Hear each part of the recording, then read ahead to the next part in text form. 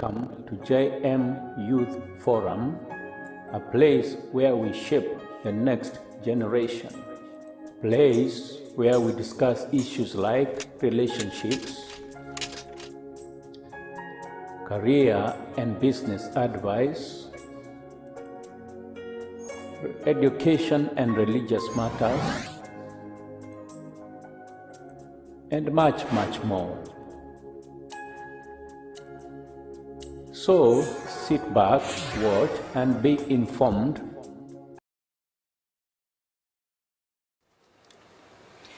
Hello and a very good evening. My name is Brian Moses Owano, and this is another episode of Career and Growth. And today we are talking about how to manage work pressure. Now, I have gentlemen in studio, course Martin Dunyu and Isaac Katana are with me here. How are you, gentlemen? Yeah, well. Thank you for coming for this show once again. It's always a pleasure having you. We are talking issues, work pressure. Many a times we find that there are employees that are struggling with, there's a lot of pressure to work. So sometimes it results to stress and all that. And I want to start with you, Martin. What are some of the triggers of work pressure in most of the workplaces, that is? Now we are living in the dispensation of mental health awareness. Yeah. And in this dispensation, some things that were taken for granted in the past have now been brought to the fore. Yeah. And people are starting to realize that these are things that are very important to a fruitful employee. And we are also now living in a dispensation where we appreciate that it is at the workplace where we spend most of our time. That is the reality. Yeah. And so if that place where you spend, I think about 70% of your day, if that place is not conducive to allow you to be at peace in mind, to be effective and fruitful, then there's a problem. And now this is what builds up the pressure. There are so many triggers. And sometimes they start as small issues that remain unaddressed. Yeah. And so in the long run, these small issues continue breeding, and they become, because in any normal environment, working environment, there'll be issues. There'll be disagreements. Yeah. There'll be different opinions, different ideas. There'll be conflicts. That is a normal society. Yeah. But how these issues are addressed matters a lot. And if they are not addressed amicably, then pressure. Yes. And so triggers are so many. It could be somebody that feels that they are no longer valued, in that they're in a position where they should give direction and those directions are not taken. It could be where you find that your integrity is questioned without good reason. Yeah. It could be a place where a person feels as if they are being overworked unnecessarily, or where there's no fairness in how people are treated. There are so many things that could trigger people to have this work-related pressure. But bottom line is, whatever issue there is, how is it addressed? Isaac, have you ever come across a situation where you are employed, right? Yeah, a situation where you feel like there is a lot that is needed from you. There's a lot of pressure that is coming maybe from the employer or some of sorts. Yeah, well, I found myself in such moments where you're faced with deadlines. You have to accomplish a certain assignment within a certain duration. I can remember the time we were doing a tender, and the deadline it was just the same day. and around 11. And they're supposed to be submitted physically, documents, in Nairobi. 11. And you're here, like doing all the maths you can to make sure the calculation from Mombasa to Nairobi. And you have a deadline. Yeah. It was like the following day, a deadline is supposed to be submitted by 11. And it was on a Tuesday, I can remember, on a Tuesday, and on Monday, 10 p.m. Because at the time we are finishing up on binding the papers and every other, putting every other document in place. 10. And by 10, we could not find any vehicle moving to Nairobi. We just found a personal car, sent the document. By the time it was getting there, connecting to the person who was supposed to pick the document and take it there, it was already late. But we had a lot of time, like the time before then, it was a lot of push. And it was not easy. It's not easy, especially when you are faced with deadline. Wait, just out of curiosity, what happened to the tender? No, it got there late. Okay. It got there late, and of course, it becomes hard. Didn't work, yeah. To get the tender. Martin, have you ever found yourself in a situation that Isaac is talking about? Several. What happened? Just a brief Several. story, maybe. I think in my teaching time, you see, there's that cycle of any school term, and the cycle ends with exams. And those exams have to be marked and submitted, you know, for recording, for report forms to be produced and all that.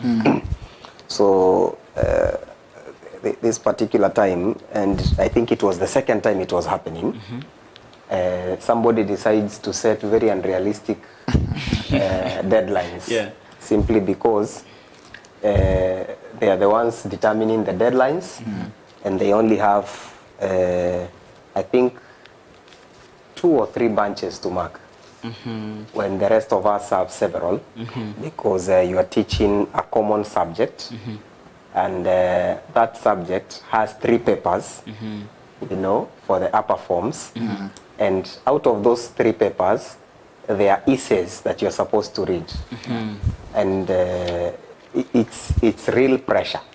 And I think that the last one, I fell ill along the way. I was out of work for 2 days. The principal could hear none of it. When I came back, I had to meet the deadline anyway. And I remember even in one scenario where it was used against me, being told that I had held the whole school at ransom for not submitting my marks on time. So, like I said, they are there. Those are issues that will always arise, but the most important thing is how they are handled. Because I can imagine now, for Isaac's case, maybe somebody had to take the blame. Of course. And maybe it was way beyond their control. You know. And so, Martin, I just want to ask you this. You're talking about now you failing to submit whatever the management needed you to do. At some point is now used against you. Do you think it's right? Like, do you think work pressure, as in who is sleeping on the job, is work pressure necessary, that is, or it's somebody not doing his work right? I believe this, that some pressure is good for any human being. What do you mean? What I mean is this, that how the nature of the human is, and this is my own perspective, maybe it can be debated, is that we tend to be very comfortable when everything is okay. And so we might never achieve the very best that we can achieve.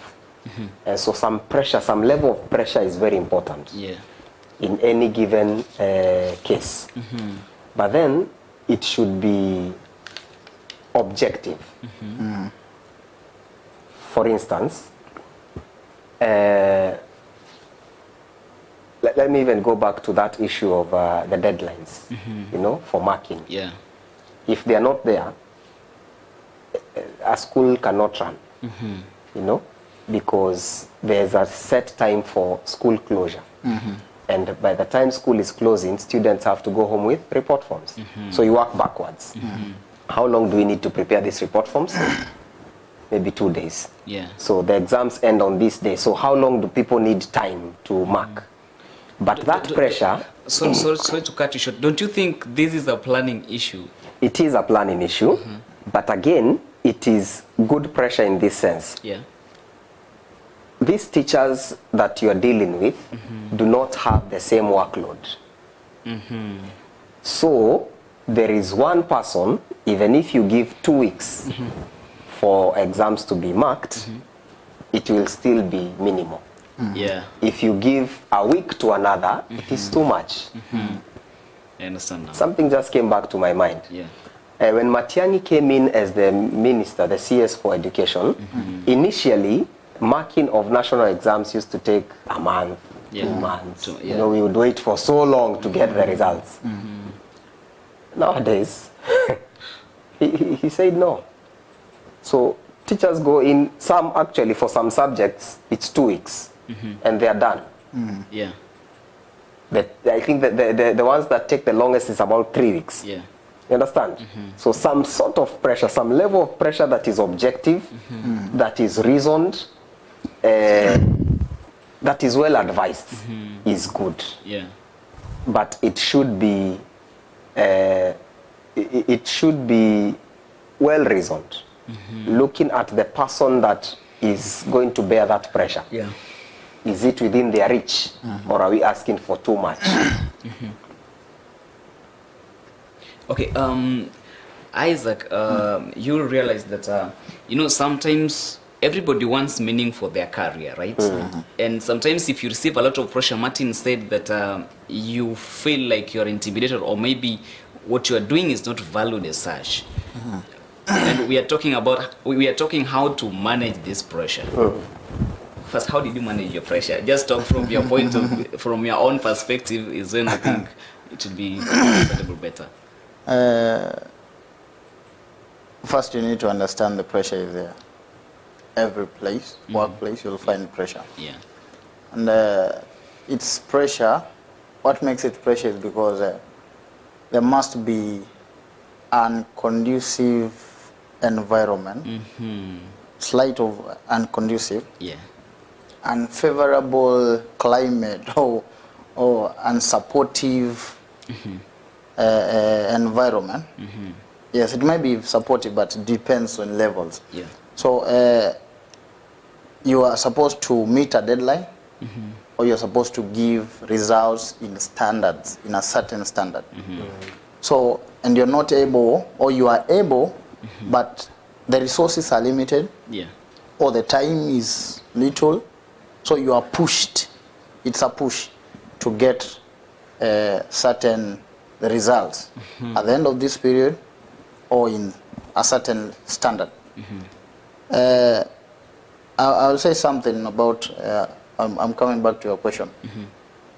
That is a pressure. Yeah. Because you are limited in resources, facilities, the environment does not give you that room, as you were saying, at times when you don't have a time frame, you just relax. Yeah. But when you are put within some limits, then you know how to manage your time, you know how to manage, probably if it's a skill needed to get such results, then you have to get them, but within the limitations that you have. So that is a pressure. Now, how we react to the pressure, it makes it stress. Our reaction now to the pressure now makes it to become stress. Now, it becomes stress when our ability, or when the pressure is beyond our muscles to handle that, the pressure. Like it has gone beyond our emotions, our ability, that is skills probably. Yeah. The time that we have, it is, so it becomes stress. So my So case, the main thing is how you react handle to how the you react pressure. to the It is pressure. always there. Uh-huh. It varies in levels depending where you are, the environment that you're subjected to, Yeah. the people that are around you. Pressure number two. Let me say something about pressure again. Pressure can be in two ways. Number one can be internal, and there is external pressure. Yeah. Internal pressure could be you feeling that you're not doing enough, and you have your own standard. I want to do this, but you feel I'm not doing as much as I should. The causes are from outside. It could be your manager, or it could be your workmate, or it could be probably the resources, and so many other things. But the sources are external. So depending on the circumstances, whether it's internal or external, then now that forms the base of handling the pressure. So first you need to know where is this pressure coming from. If it's internal, then you need to handle it according to the standards. And if it's external, then you need also to bring it in that level and then begin to handle it as external. Handle the external sources. Yeah. So our case, the cause was external. So we were waiting for some document from a certain company for us to compile and have a complete document. So they delayed. They came late. And we had to do some calculation and so many other things. So it was not hard because our boss is is understanding, and we just went and told him this is the case. And so for that case, it's easy to handle. And that's what I'm saying. It depends with the source of the pressure and the magnitude. It could be different sources or the same source, but the magnitude could be much for one person that I'm not able to bear.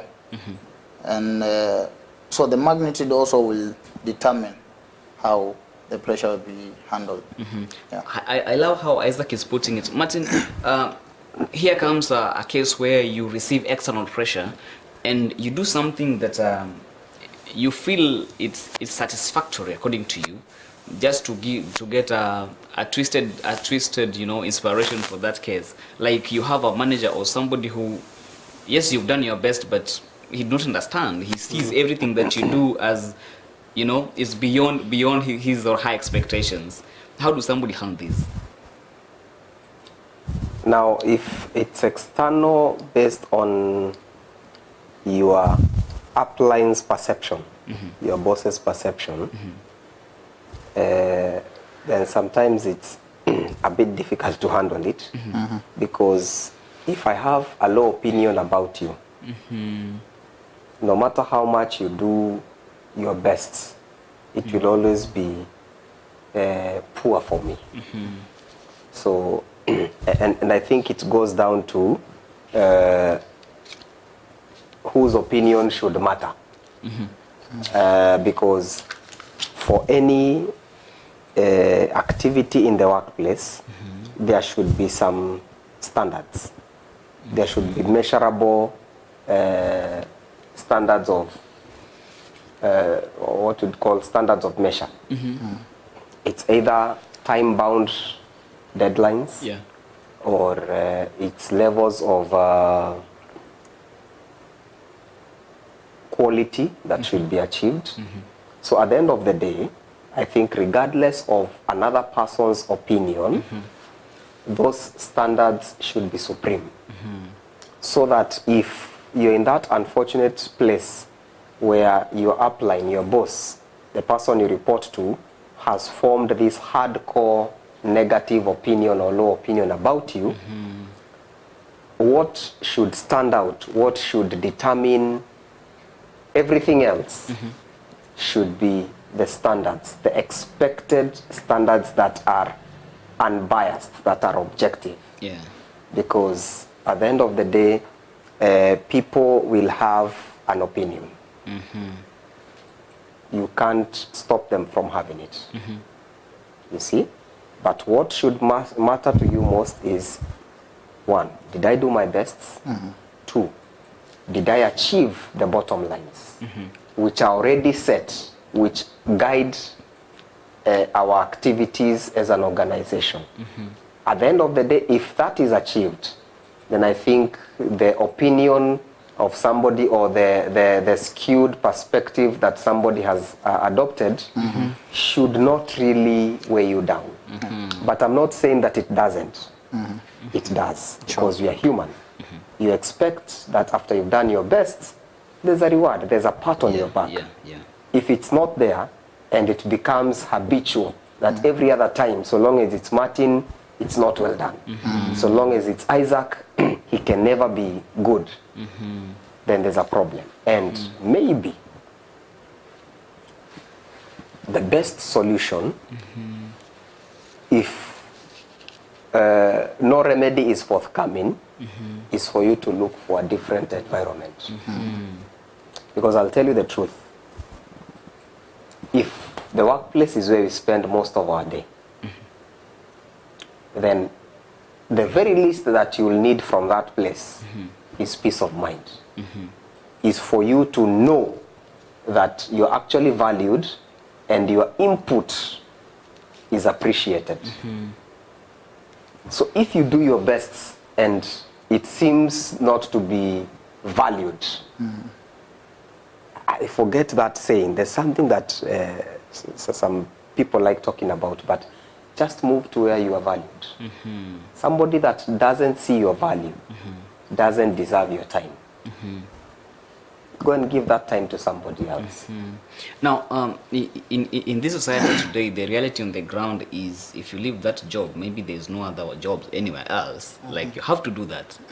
There are so many people who are unhappy with what they do, but they just do because they have to be there. You understand? Like, if you leave that place, there is nowhere else you can go. Or maybe you will find, but it will take you a long time. Or rather, you have a family that you have to take care of. So what if I quit? What will happen? You see, quitting, even as I talk about the quitting, I'm not talking about it as the first option. Neither is it the only option. Okay? Because again, even with a person's low opinion about you, you can change that opinion over time.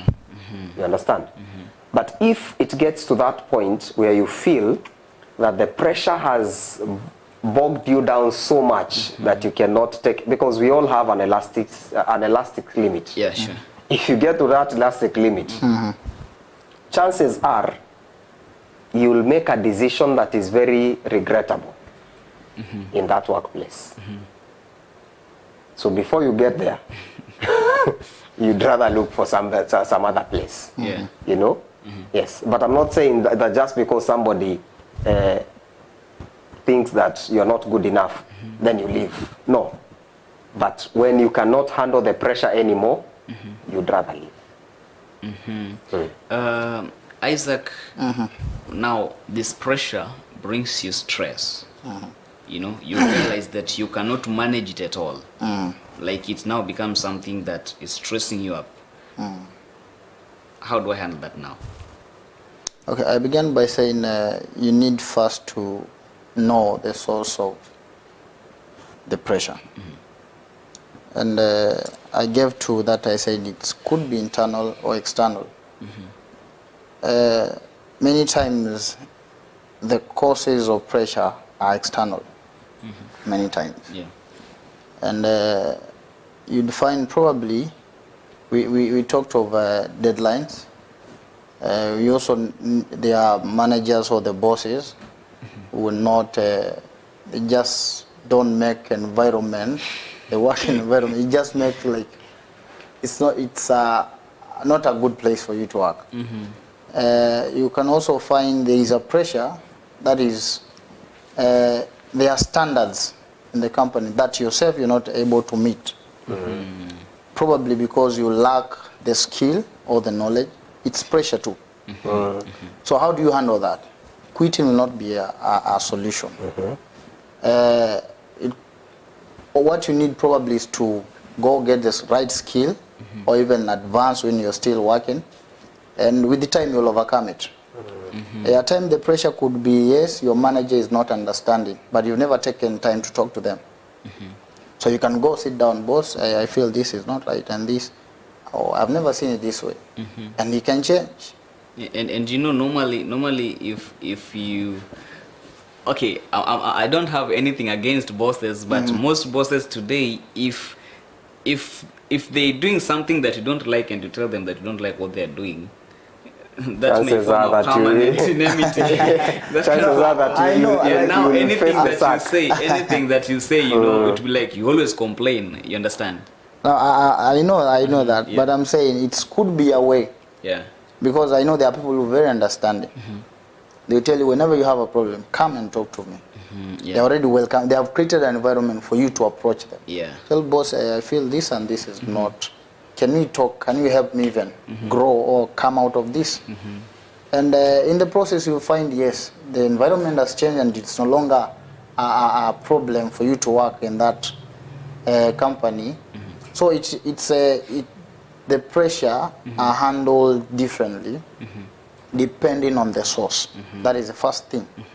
Number two, you also need to take time and do an analysis, just review. After identifying the problem, sit down. We call it jite kamkutano. Jite kamkutano, kamite bwana. Speak to yourself, bwana. Why am I here? Why am I here? And you'll find that anytime everybody who is employed today or is probably in a business and they feel they are pressured or they're stressed, there is a moment when they were really celebrating for that career or that job. Like you could call the whole world, come and see, I have a new job, I have a new business. So going back now, you need to begin where you started. Why did I come to this business? Why did I come to this job? That could be a motivator at that particular time.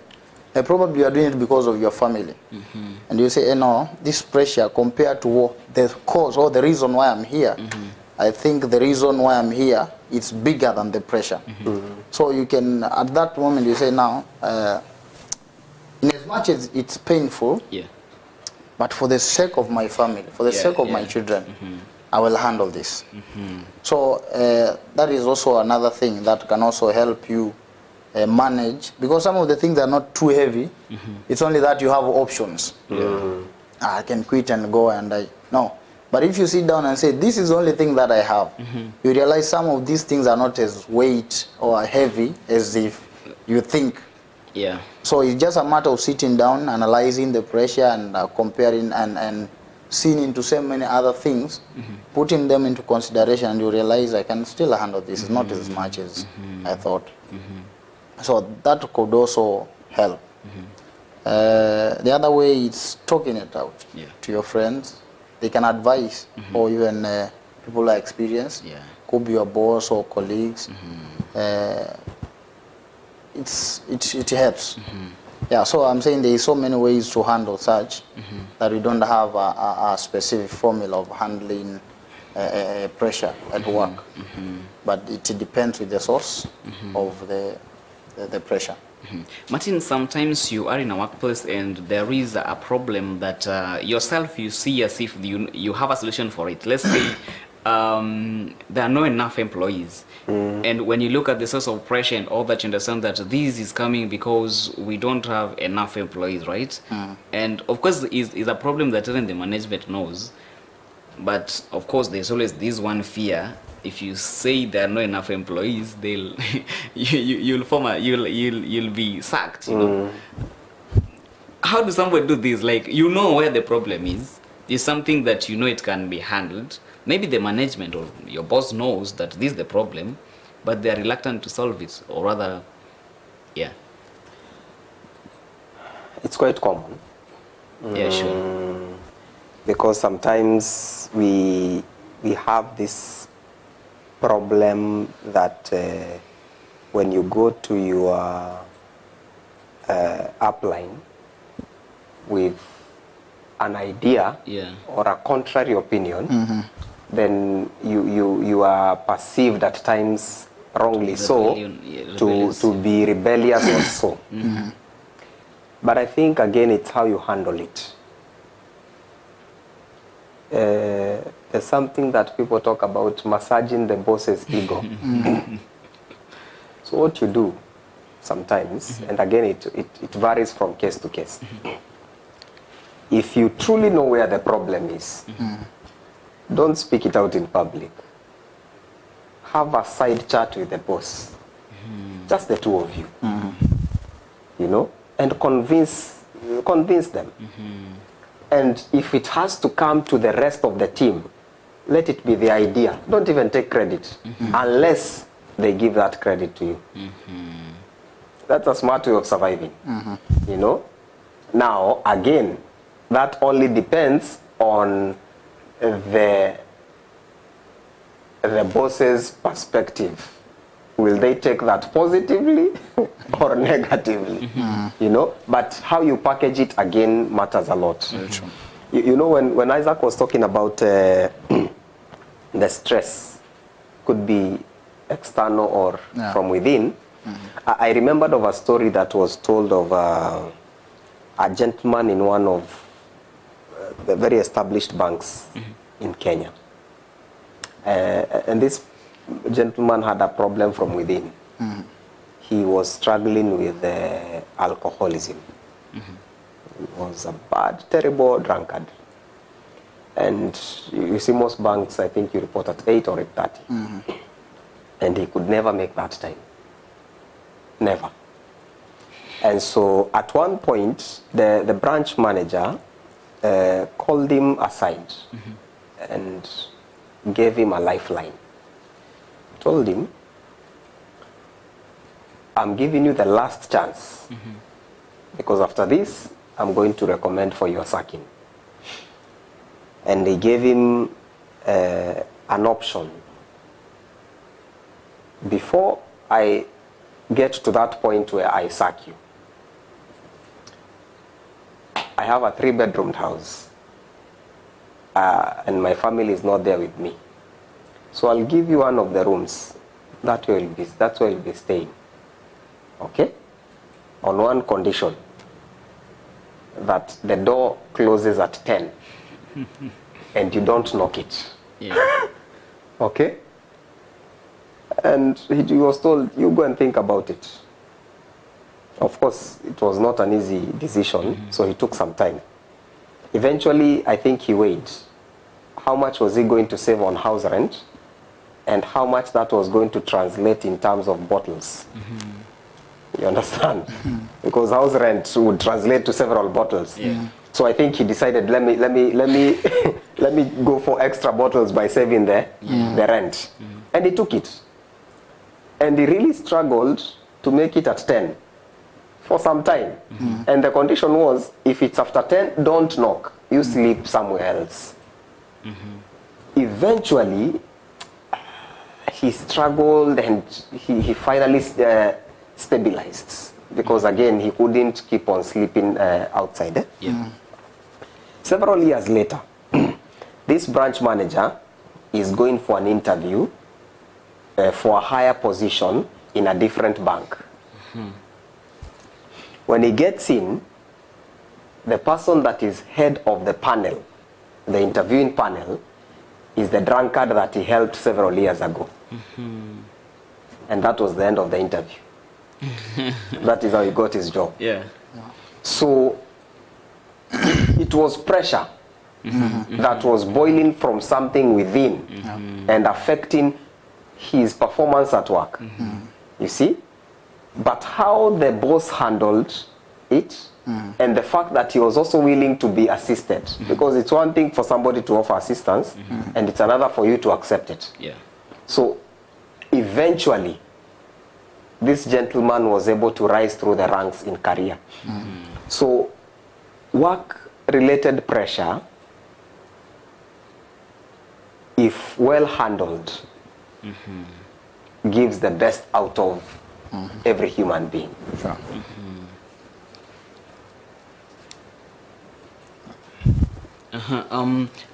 Isaac, one last question. This is such a broad topic, we cannot cover everything. And I'll give an example of hospitality industry because that's where I've seen it physically happening.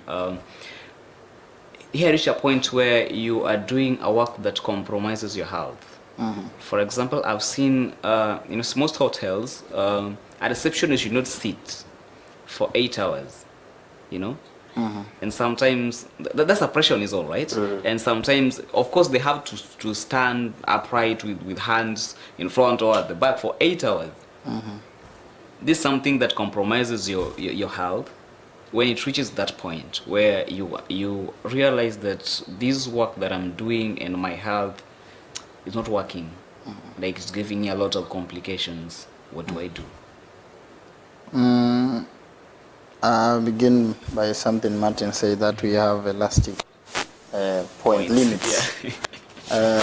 There are things you can handle, you can bear up to a certain limit. But if it goes beyond there, if you don't handle it immediately, you might find yourself in a worse place. So the best option at that moment is to quit. That's why he said quitting is not the first